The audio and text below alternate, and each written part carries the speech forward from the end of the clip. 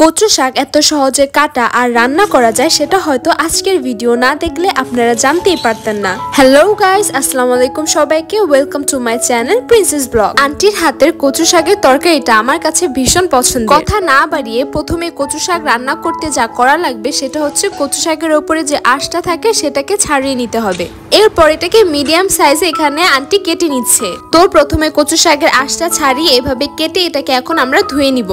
এরপর একটা পাতিলের মধ্যে কচু শাকগুলোকে আমরা সিদ্ধ হতে দিয়ে দিব। কোনো প্রকার পানি কিছুই অ্যাড করতে হবে না, জাস্ট একটা পাতিলের মধ্যে কচু শাকটা কিভাবে বসিয়ে দিব। এরপর অল্প পানি থাকা অবস্থায় এটাকে নামিয়ে দিব। এরপর একটি কড়াইয়ের মধ্যে দিয়ে দিচ্ছি পরিমাণ মতো তেল, এরপর দিয়ে দিচ্ছি কাঁচা মরিচ আর হচ্ছে অল্প কিছু পেঁয়াজ কুচি। প্রথমে কড়াইতে তেল দিলাম, তারপরে কাঁচা মরিচ পেঁয়াজ দিয়ে দিলাম। এখন এটাকে ভাজবো সুন্দর করে। এই রান্নাটা আমি নিজেই শিখেছি, যে এই রান্নাটা খায় সেই পছন্দ করে, রান্নাটা খুব মজা।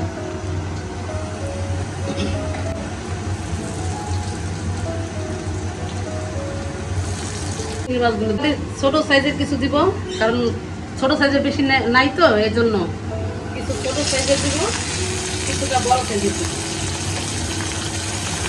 এখন দিয়ে দেবো বড়গুলো, এই যে বড়গুলো টুকরো করে দিয়ে দেবো। এরপর এখানে থাকা সবগুলো উপকরণকে একটু ভালো মতো নেড়ে চেড়ে একটু ভাজা ভাজা করে নিতে হবে। পরিমাণ মতো দিলাম,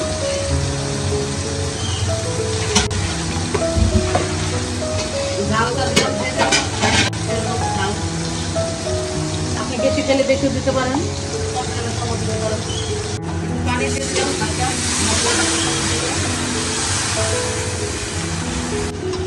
মশলাটা কষানোর জন্য একটু পানি দিয়ে দিলাম, মশলাটা ভালো করে কষবে। তারপরে একটু আদা রসুন দিলাম, অল্প করে, বেশি না।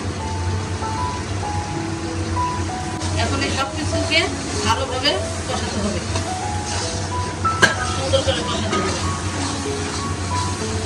দেখেছেন কালারটা কত সুন্দর এসেছে? কালারটা অনেক সুন্দর আসছে, দেখতে পাচ্ছেন। ঠিক এভাবে যদি বাসায় রান্না করেন তাহলে কিন্তু খুবই স্বাদের একটা রান্না হয়ে যাবে। তরকারি যত কষানো হয় ততই কালারটা সুন্দর আসে। তো অনেকক্ষণ যাবত এটাকে কষানোর পরেই এত সুন্দর একটা কালার কিন্তু চলে আসছে। এখন এই কচুগুলাকে এই তরকারির মধ্যে দিয়ে দিব। এখানে আন্টি ঢেলে দিচ্ছে। কচু শাকটা যেন আনাম থাকে এর জন্য এটাকে বেশি নাড়াচাড়া করা যাবে না, জাস্ট একটু উল্টে পাল্টিয়ে দিলেই কিন্তু হয়ে যাবে। তো এভাবেই এত সহজেই কিন্তু হয়ে গেল আজকের এই কচু শাকের তরকারি রান্না করা। অনেকেই হয়তো চিন্তা করছেন যে এভাবে কচু শাক রান্না করলে গলায় ধরবে, কিন্তু না, আসলে এরকম কিছুই হবে না। যেহেতু আমরা কচু শাকটাকে আগেই সিদ্ধ করে নিয়েছিলাম তাই কিন্তু এটা গলায় ধরবে না। আমার রান্না করা শেষ। আমাদের ভিডিওটা যদি আপনাদের ভালো লাগে তাহলে আমাদের পাশে থাকবেন, লাইক দিবেন, শেয়ার করবেন। আল্লাহ হাফেজ। ধন্যবাদ। আল্লাহ হাফেজ। আমরা তরকারিটা এরকম ঝোলঝোলই রাখবো। রান্না করা শেষ। আপনাদের আমার ভিডিও ভালো লাগলে অবশ্যই পাশে থাকবেন।